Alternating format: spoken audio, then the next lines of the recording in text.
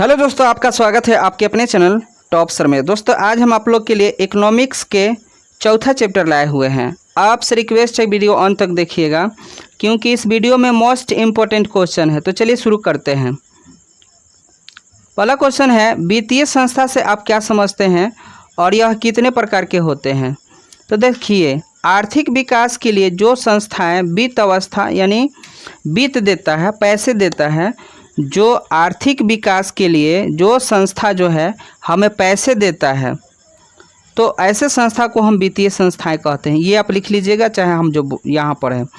आर्थिक विकास के लिए जो संस्थाएं वित्त अथवा वित्त की व्यवस्था कृषि, उद्यमी और व्यवसाय के लिए क्या वित्त देता है, पैसे देते हैं, उसको हम वित्तीय संस्थाएं कहते हैं। ये दो प्रकार के वित्तीय संस्थाएं होते हैं। पहला जो है राष्ट्रीय वित्तीय संस्थाएं हैं। इसके जो पहला है राष्ट्रीय वित्तीय संस्थाएं, इसके अंतर्गत आता है भारतीय मुद्रा बाजार और दूसरा का है भारतीय पूंजी बाजार। और दूसरा का जो है राज्य स्तरीय वित्तीय संस्थाएं, जो कि गैर संस्थागत होता है और संस्थागत होता है। चलिए दूसरा क्वेश्चन है, राज्य की वित्तीय संस्थाओं को कितने भागों में बांटा गया है, इसका वर्णन कीजिए। राज्य में मुख्यतः दो प्रकार की वित्तीय संस्थाएं कार्यरत है। पहला जो है संस्थागत, इसके अंतर्गत है सहकारी बैंक है, प्राथमिक सहकारी समिति है, भूमि विकास बैंक है, व्यावसायिक बैंक है, क्षेत्रीय ग्रामीण बैंक है, नाबार्ड इत्यादि जो है संस्थागत वित्तीय संस्थाएं हैं।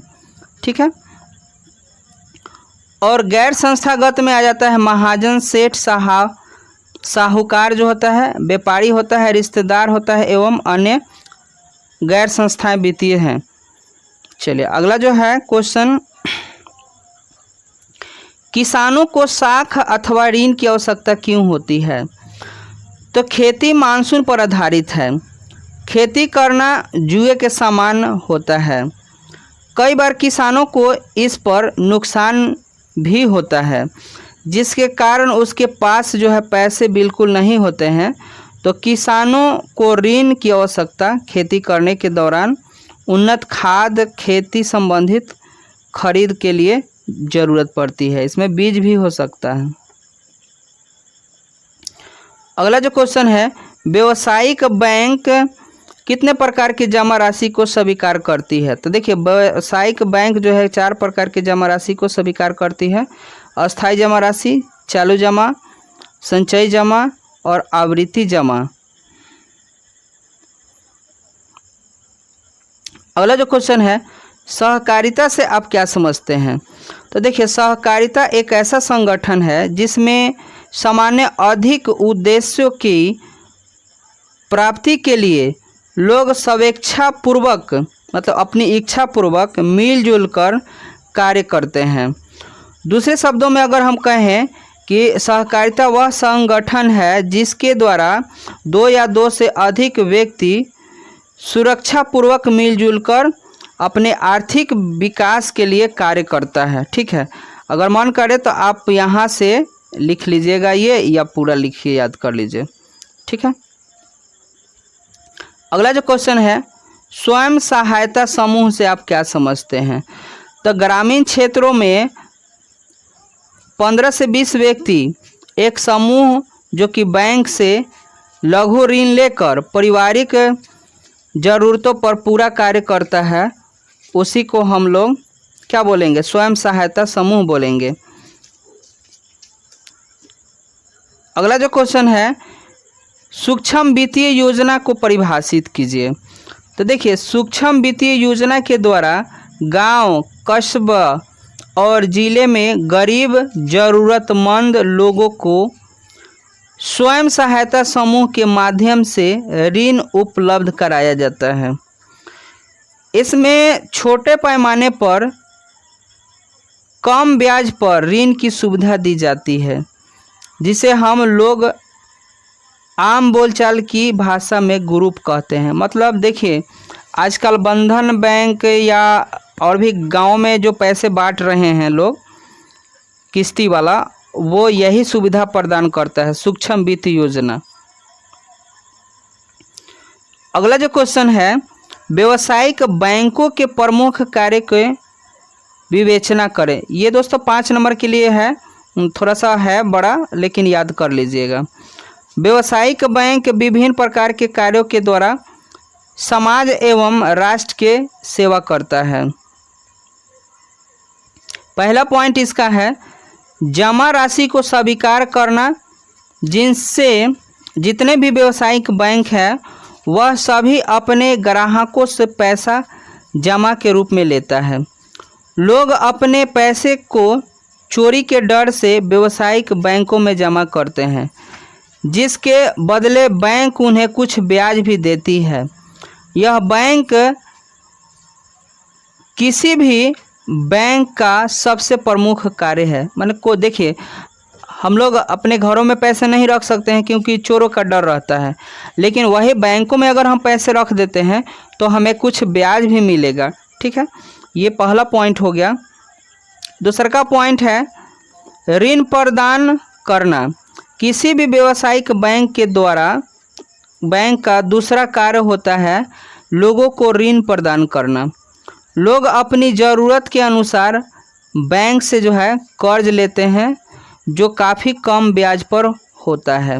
यदि लोग बाहर से कहीं से कर्ज लेंगे तो उनको ब्याज काफ़ी अधिक देना पड़ता है, इसलिए व्यावसायिक बैंक का ऋण देने में महत्वपूर्ण योगदान है। चलिए अगला जो है, सामान्य उपयोगिता संबंधित कार्य। कोई भी व्यावसायिक बैंक पैसा जमा करने पर ऋण देने के अलावा भी अन्य कार्य करती है। जैसे व्यावसायिक बैंक अपने ग्राहकों को चेक और लॉकर की सुविधा देती है, जहां लोग अपनी कीमती वस्तुओं को सुरक्षित रख सकता है। बैंक एटीएम एवं क्रेडिट कार्ड भी जारी करती है। चलिए आगे जो है, एजेंसी संबंधित कार्य।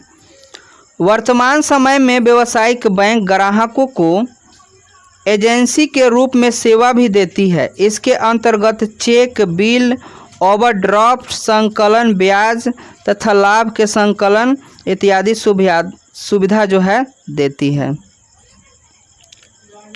अगला जो क्वेश्चन है, राष्ट्रीय वित्तीय संस्था किसे कहते हैं, इसे कितने भागों में बांटा गया है, वर्णन करें। दोस्तों ये बड़े बड़े हैं, 5 नंबर के लिए हैं। तो देखिए, ऐसे वित्त संस्थाएं जो देश के लिए वित्त और साख नीतियों का निर्धारण एवं निर्देशन करती है तथा राष्ट्रीय स्तर पर वित्तीय प्रबंधन के कार्य संपादित करती है, उसे हम राष्ट्रीय संस्थाएं कहते हैं। इनको 2 महत्वपूर्ण अंगों में बांटा गया है, भारतीय मुद्रा बाजार और भारतीय पूंजी बाजार। ठीक, भारतीय मुद्रा बाजार ऐसे मौद्रिक बाजार जहां लोग उद्योग एवं व्यवसाय के क्षेत्र के लिए अल्पकालीन एवं मध्यकालीन वित्त व्यवस्था एवं प्रबंधन क्रिया किया जाता है, उसे भारतीय मुद्रा बाजार कहते हैं। ठीक, अगला जो है, भारतीय पूंजी बाजार। भारतीय पूंजी बाजार व्यवस्था एक और उद्योग के लिए दीर्घकालीन ऋण प्रदान करती है। भारतीय मुद्रा बाजार को संगठित और असंगठित क्षेत्रों में विभाजित किया जाता है। दोस्तों अगला क्वेश्चन है, नाबार्ड क्या है।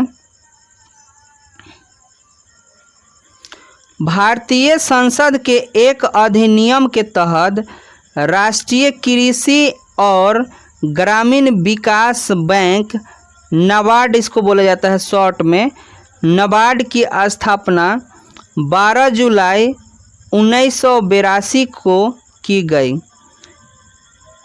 एक विकास बैंक के रूप में नाबार्ड को सममित ग्रामीण विकास के संवर्धन और ग्रामीण क्षेत्र में समृद्धि हासिल करने के लिए कृषि, लघु उद्योगों, कुटीर एवं ग्रामो उद्योग, हस्तशिल्प और ग्रामीण शिल्प और ग्रामीण क्षेत्र में अन्य अनुषंगी आर्थिक गतिविधियों के संवर्धन और विकास के लिए ऋण की